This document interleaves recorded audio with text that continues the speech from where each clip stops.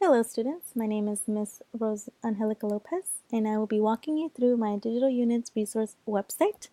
My website it focuses on American literature, specifically African American literature, and even more narrowly, Their Eyes Are Watching God, which is by Zora Neale Hurston, which is a really great book about African American um, communities, people, history. It was written by one of my favorite authors in the 1930s. This book follows the story of Janie.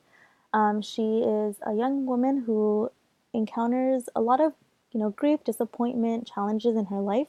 Yet she does prosper and she grows from everything. I think it's a really great book. It focuses on, or it touches on racism. It touches on gender stereotypes. It touches on pride. It touches on money.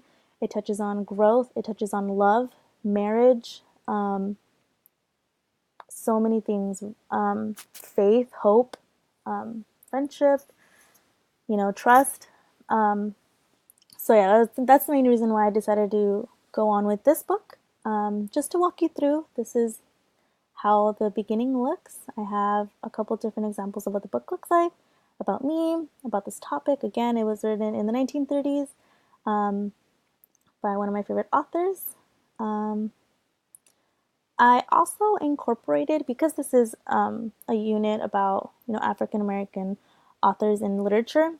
I did have a couple books that I really liked listed here in case you wanted to look at them on your own time, on your spare time. They're excellent books, and I did want to focus on them a lot more in my unit, but I decided just to keep it simple and really get into Their Eyes Watching God. But I do really love The Help by Catherine Scotted, Beloved by Toni Morrison, the poems by Langston Hughes, the theme for English B, Invisible Man by Ralph Ellison, and Fences, which is a play by August Wilson. All of them are excellent examples of American literature and African American authors. Yes, so just to walk you, I have a bunch of little options right over here. So first thing I want to kind of talk about is, what is English? This whole website is about literature and English, so let's look at this for just a second. So history of English, it's really weird. A lot of people don't realize that we are a Germanic language, we're not really a romantic language, although we do have a lot of Latin influences. It has a lot to do with history and a lot of conquering and people, moving to England and so forth, and all that good stuff. Kind of down along the lines, of course, English and the whole English empire, where the sun never sets or never rises, or that saying. It did touch on a lot of different countries around the world. That's why we speak English, because of England. Canada speaks English as well. Australia speaks English. New Zealand speaks English, and of course, Great Britain speaks English. The great thing about English is that although all these different countries speak English, they all have their own little dialects. They have their own little ways. And even in America, we have our own dialects within the country. I speak differently from someone who comes from New York. That's just how we are. We have different people around us, surrounding us. We have different dialects. Yes, our grammar is extremely complex. I don't know if you've heard, but I always go with English is all about borrowed language, which is true. Some of our grammar rules don't make sense, but it makes sense and then it doesn't make sense. So just know that English is very complex. I have a couple of illustrations right here that kind of walk you through the English language through the years, through the centuries. Another one here, and this is a really good clip. I'm not going to click on it right now because that's for you to enjoy. That also breaks down the origins of English. Okay, so let's move on to one of my favorite things. My lecture. I really liked our lecture because it does. I narrowed it.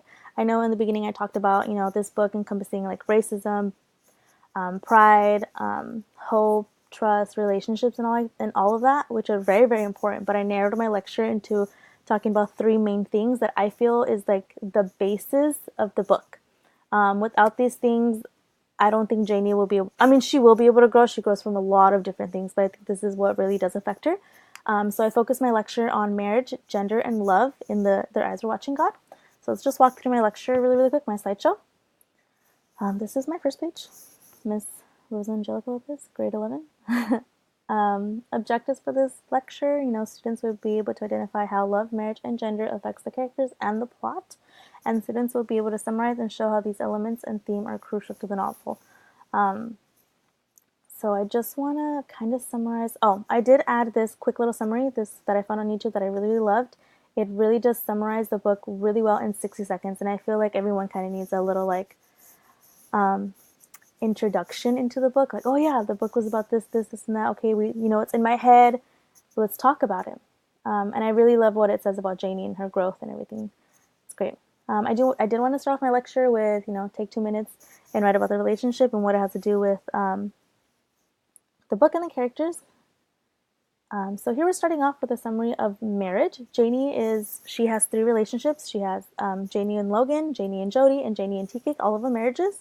Her 2 first were terrible, and her last one was great. And out of the 2 terrible ones, she grows from it. And her last one, T-Cake, she grows from that as well. She learns a lot about herself. She learns a lot about everyone else. She learns a lot about trust. She really, really loves her relationship with T-Cake. T-Cake showed her compassion, showed her interest, showed her that she loves Janie for Janie. Whereas Logan didn't even love Janie. Logan just had Janie, for help, for being a wife. It was like an asset. Like, oh, you're just not even property, but you're just here to, you're another tool for me to use. Whereas Jody, her second husband, who was very promising, just used her for looks and to be manipulative and to be controlling, which Janie did not like. She's a very independent woman. But there wasn't really much she can do. Anyway, she does grow from that. I did have, talk more a little bit about their marriages. I always start the marriage topics, or I connected the marriage topics with the characters. So I put Janie and Logan. It's always going to start off Janie and Logan because that's the first relationship. Janie and Jody, and then Janie and TK. This is one of my favorite quotes from the book. There are years that ask questions and years that answer. Jenny had no chance to know things, so she had to ask. Did marriage end the cosmic loneliness of the unmated? Did marriage compel love like sun the day?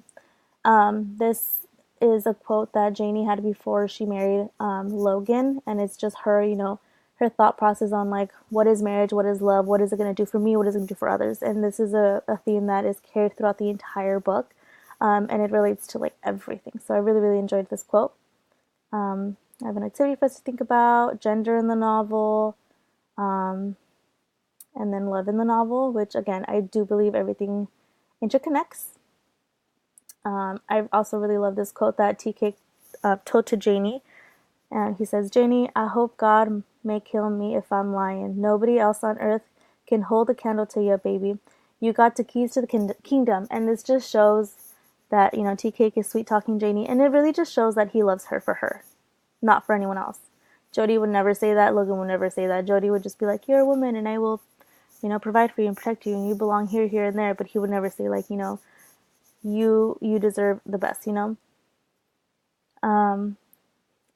course, yeah. So that's, again, my favorite part of my website is my lecture. I love the topic. I love this book in general. I do have guided notes. I have set notes. I have the handout. The guided notes, it's more fill in the blank, and it walks you through the entire lecture so you can really get to know it. Another part that I really liked was my choice board that I decided to put, which is another activity that I think is really, really great for the website. Excuse me. So I decided to do a choice board, and it's really easy to use for students to really get to know the book. I'll introduce the choice board, and it's like a tic-tac-toe. So you'll have to choose 3 different things on this choice board. You can do the X, you can do a cross, you can do up and down, whatever you like, but you have to complete those 3 different assignments, and they're very different. You can create a PowerPoint or a presentation and summarize the novel, write an essay about a theme from the novel, and create a choice board. If you want to go straight down, you can go straight ahead, you can go crisscross, whatever you'd like. It's all up to you. You get to choose your assignments. I really like this. I think it's very, and it gives the students independence to do what they want to do. And it just gives me a bunch of submissions of different creative outlets for different students that they wanted to do. So I think that's really, really great. And I really like the choice board. I also have the iPad lesson that I really enjoyed inserting. So the iPad, app that I decided to use was Strip Designer. And the assignment is you will choose any scene from the novel that really impacted you, that you really enjoyed, that you think is very meaningful, and make a comic strip about it. How fun is that? So I did suggest a couple scenes. Janie's first meeting with Jody, Janie's first meeting with TK, TK getting bit by the dog. I did, I don't want like a whole graphic novel, the whole book, so I did limit the slots. You get to choose anywhere between 3 to 6 slots. Every slot, this app, again, is very easy to use. You get to either draw your own or upload pictures. You get to add dialogue. You get to manipulate it really, really well, and it's really fun. It's really fun to use. My example is not the best. I'm like artistically challenged. I'm not going to lie, so bear with my little example. I do hope to get better submissions soon and work on it a little more later. But yeah, this is my little example. It was so easy to use, so easy to use. I was so happy about it, about the how simple it was to use. But yeah, I do have dialogue. I do have other pictures, things like that. Yeah, there are some more options here that you can look into. I have useful links that walk you through more influential African American authors, about our author, the history of the time period, research tools that students will probably use, or you would probably use when researching anything, to be honest, but specifically what we're doing here. Plagiarism, please don't ever plagiarize. I think plagiarizing is sad. Always cite. It's not, why would you ever want to use someone else's content for yourself? That's just not morally right. So always cite. So here's some more, resources to use with English and writing. I do have digital interactive, safe internet use, the showcase, which is what I'm doing now.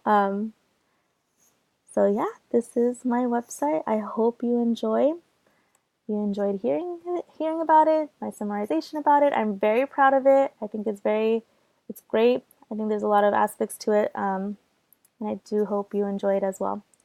Thank you so much.